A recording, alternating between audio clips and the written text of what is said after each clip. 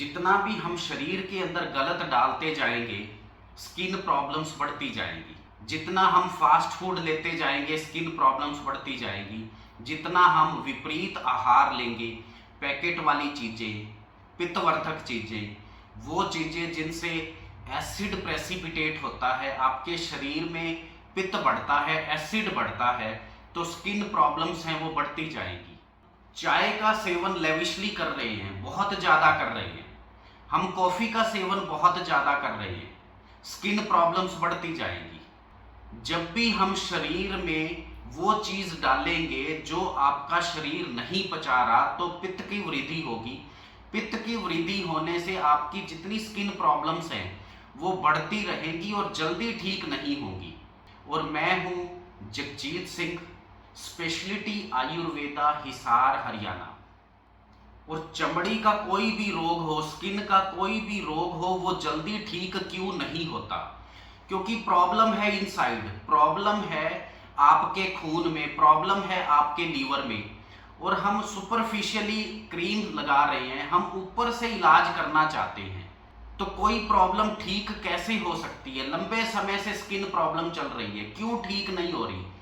क्योंकि आग तो आपके घर के अंदर लगी है, धुआं उठ रहा है, और हम घर को बाहर से पेंट करने की कोशिश कर रहे हैं। एंटी एलर्जिक दवाइयों पे रहते हैं, स्टीरॉयड्स पे रहते हैं। और कुछ पेशेंट ऐसे हैं जो सेट्रिजिन टाइप चीज़ें हैं, एंटी एलर्जिक दवाई, वो पिछले 18-20 सालों से ले रहे हैं। सेट्रिजिन ले रहे हैं, इवेस्टिन ले रहे हैं, ब्लास्टिन ले रहे हैं, डेस्लोरेटिडिन ले रहे हैं, स्टीरॉयड्स ले रहे हैं, मोंटेलुकास्ट टाइप जो मेडिसिन है, इतने लंबे से समय से चल रही हैं, फिर भी स्किन प्रॉब्लम ठीक क्यों नहीं हो रही? क्योंकि हम उसके रूट कोज पे नहीं जा रहे। रूट कोज क्या है? आपका जो खून है वो दूषित हो चुका। रूट कोज ये है कि आपने अपने लीवर को दूषित कर दिया, वो शुद्ध नहीं है, तो आपकी स्किन प्रॉब्लम लंबे समय तक परसिस्ट करेगी, लंबे समय तक रहेगी। क्योंकि इसका मेन जो दोष है वो है पित्त। जब तक आप पित्त को शांत नहीं करोगे, बहुत सारी स्किन प्रॉब्लम्स हैं वो लंबे समय तक चलती रहती हैं, 20 साल, 30 साल, 40 साल।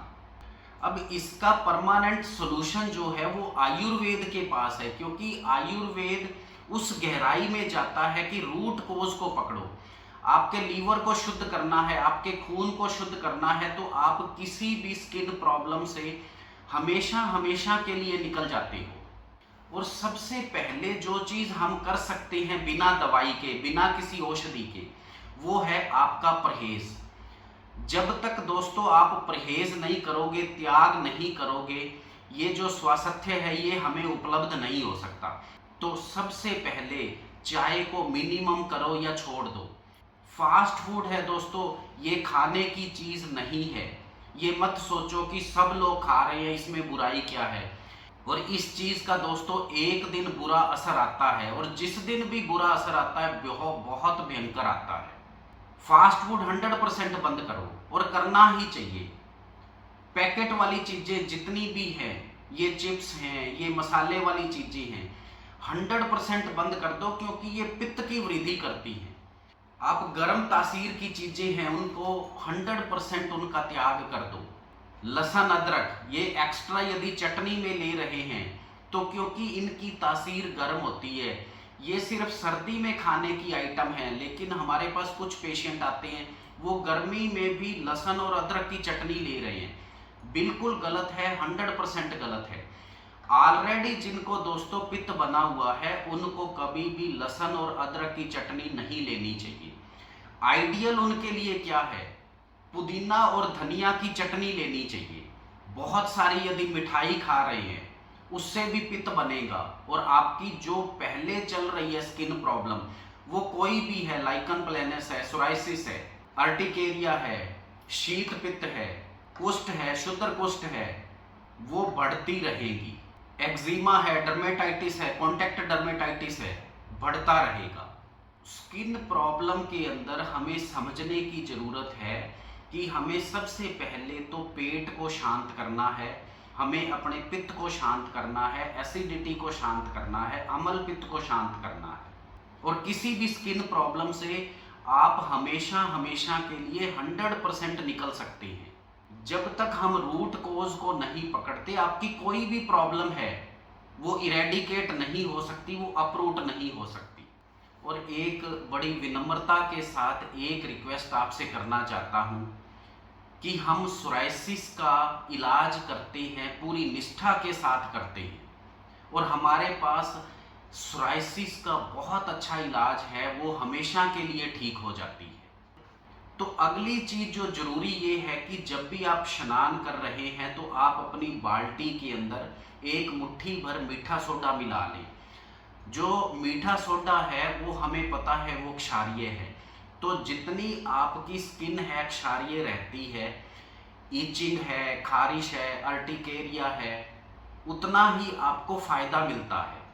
और अब हम बात करते हैं कि ऐसी वो कौन सी औषधि हैं जिससे आपकी कोई भी स्किन प्रॉब्लम हो वो 100% ठीक होती है, वो हमेशा के लिए ठीक होती है।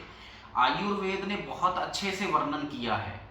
अब गंधक रसायन है वो आपको सेवन करनी चाहिए, आपको वो औषधियाँ सेवन करनी चाहिए जिससे आपका खून साफ हो और आपका जो लीवर है वो साफ हो। केपीआर आयुर्वेद की बहुत अच्छी औषधि है, बहुत मुकद्दस औषधि है, और हम सबको ये ठीक से पता है नीम बेहतरीन ब्लड प्यूरीफायर है। तो आयुर्वेद ने बहुत एक कमाल की औषधि बनाई है, निम्बादी चूर्ण। आप अपनी तासीर के हिसाब से एक बार या 2 बार इसका सेवन जरूर करना चाहिए, क्योंकि ये पित्त वृद्धि नहीं करती। अब एक और औषधि है हरिद्राखंड, लेकिन इसकी तासीर कुछ गर्म होती है। यदि नब्ज के हिसाब से जितने भी हमारे पास स्किन के चमड़ी के रोगी आते हैं, सबसे पहले हम उसके दोष को फाइंड आउट करने की कोशिश करते हैं। हम उनकी नब्ज देखते हैं, यदि तो पित्त वृद्धि बहुत है तो पित्त को शांत करेंगे। ज़्यादातर केस में पित्त ही रेस्पॉन्सिबल होता है, और वो हमें पता लगता है जब हम उस पेशेंट की नाड़ी परीक्षा करते हैं तो। और यदि बहुत ज़्यादा पित्त बढ़ा हुआ है तो सबसे पहले हमें उसके पित्त को शांत करना है। जितने भी ब्लड प्यूरीफायर्स हैं या जो औषधियाँ आपके खून में से दोष को बाहर करेंगी, वो हम दूसरे नंबर पे देते हैं। सबसे पहले हमें उसका एसिड, उसका पित्त ही शांत करना होता है। तो हरिद्राखंड है वो इमीडिएटली स्टार्ट मत करो, पहले आप अपने पित्त को शांत कर लो। और उसके बाद में आते हैं आसव कॉम्बिनेशंस, सारीवाद्यासव, महामजिष्टादिरिष्ट और खदीरारिष्ट। अगली आयुर्वेद की एक प्रिपरेशन है गुग्गल्स, पंचत्रिक्त गिरित गुग्गल, कैशोर गुग्गल, अमृतादि गुग्गल। हम अपनी प्रैक्टिस में गुग्गल एकदम शुरू नहीं करते, उसमें भी हम ये देखते हैं कि आपके पित्त का लेवल कैसा है, उसकी उग्रता कैसी है।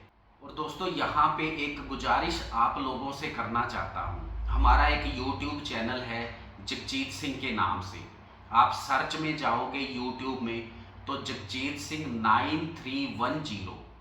सबसे पहले आयुर्वेद बात करता है कि आपको बीमारी कभी भी ना हो। ये गुण किसी भी और पैथी में नहीं है। आप बीमार हो गए, ट्रीटमेंट अवेलेबल हो सकते हैं, लेकिन आप बीमार ही ना पड़े, ऐसे गहन रहस्य अभी आयुर्वेद से निकलने बाकी हैं।